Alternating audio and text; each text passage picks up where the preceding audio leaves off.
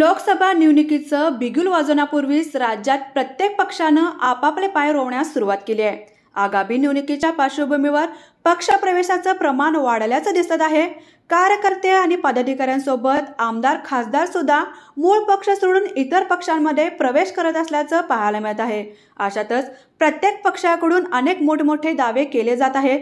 अजितदादांच्या गटातील एका मोठ्या मंत्र्यानं केलेल्या दाव्यामुळे राजकीय वर्तुळात खळबळ पसरली आहे। शरद पवार गटाचे शिरूर लोकसभा मतदारसंघाचे खासदार अमोल कोल्हे यांची शरद पवार गटानं उमेदवारी जाहीर केली असली तरी ते कधीही अजित पवार गटात येऊ शकतात, असे संकेत राष्ट्रवादी काँग्रेस अजित पवार गटाचे मंत्री धर्मबाबा आत्राम यांनी केलाय।